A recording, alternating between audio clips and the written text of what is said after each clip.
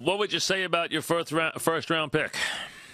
Well, he's a good football player. You know, I'd say he's our kind of player. You know, he's a lot of things to like about him. Number one, he's a good football player, and he's very productive. You know, he's a productive run and pass blocker. He's smart, plays like a high test scorer, technique sound, all those things you like about a team captain.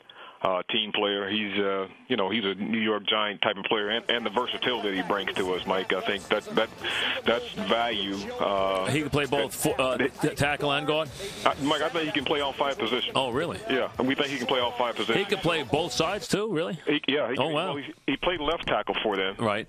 For Syracuse, right. And so obviously, if he can play left, you surely can play right. No question. Yeah, and he can play both sides on the guard too, huh? Play both guards, and you know, I told the media last night, you know, Pat Flaherty even thought he could be, you know, a terrific center. So, wow. So we like all the versatility. You know, we like our guys. You know, it's hard to, you know, linemen these days. You like for them to have some versatility, so you don't have just a, you know, kind of a one-trick pony. And guys can play guard, he can play center, or something. You know, vice versa. We think of, you know, when we look at it, we think of long arms helping tackle, shorter arms helping guys inside. Now, at any position at tackle, though, or is his length any issue at all, or not really? Well, you know what, that was you know, when I first saw, you know, we first started talking about him and you know, researching him, you know, that popped out right away because he didn't read for a tackle. You know, right. 32 inches are okay for inside guys, right. centers and guards. But, you know, we like our tackles to at least be 33. So we think 32 is marginal for a tackle with arm length. So we went back and looked at tape after tape after tape, and he never came into play because I wanted to make sure, and I wanted to say, if this guy's, you know, his length's not good enough, you know, we can't consider him as a tackle. But when you watch his tape, it's just it's pretty amazing how productive he is versus a run and pass blocker. Well, is there one trait you like in your offensive lineman? Is it flexibility over footwork? Is it athleticism? Is there one trait you like most in your offensive lineman? Well, you know, big and tough. You know, he has that requirement. You know, we like big, tough, and smart. You know, in our offensive line. You know, we like good athletes in the offensive line. And it's another thing about him, Mike, that we like. You know, he's really high percentage on his what we call space blocks. I mean, pulls, right. Getting up on the second level, or right. even getting into secondary. He's really pretty uncanny of how high his percentage is in on space blocks. Did you have a tough decision at your pick as far as grades and need, or was he a standout at your position? Well, where we had him, you know, at the time he was really the highest guy on the board. So okay. he was a value pick and a need pick for us, we thought. Okay, we're talking. So we got a little bit of both. Gotcha. We're talking to Jerry Reese. Jerry, as we head towards the second round here, this has been called in a couple of places a deep draft. Would you agree that this is a draft that is 2 and 3 rounds deep? Well, Mike, you know me. I always think there's players in draft. Right, we know that. You like them late, but we know that. Yeah. But, I mean, is this an exceptionally... I don't know if I necessarily like them late. I just think you have to look deep and find some guys. Is this an exceptionally...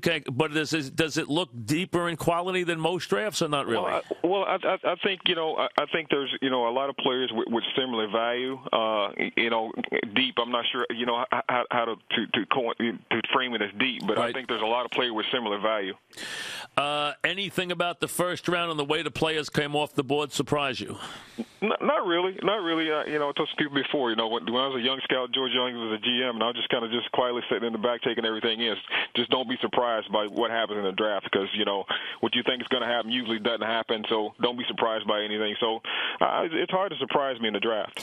See, I always feel watching these drafts that two things are going to happen. If there's any value or any real talent at defensive line, it's going to come off early, and quarterback's going to come off early. And we didn't see it be a big quarterback draft, that's for sure. It was a big draft on defensive linemen, wasn't a big draft on quarterbacks in the first round. Well, the offensive linemen would, you know, rule the day in the early, first round. Yeah, early on. And, you know, you got to have bigs on both sides of the ball. If you don't have bigs in your offensive line or in your defensive line, it's hard to win up here. So, you know, that's always a premium. What is your shopping list as you head into this evening? Well, good players. You know, that's our shopping list. I think we we don't need to reach for anything. We're just going to try to pick the best player up there.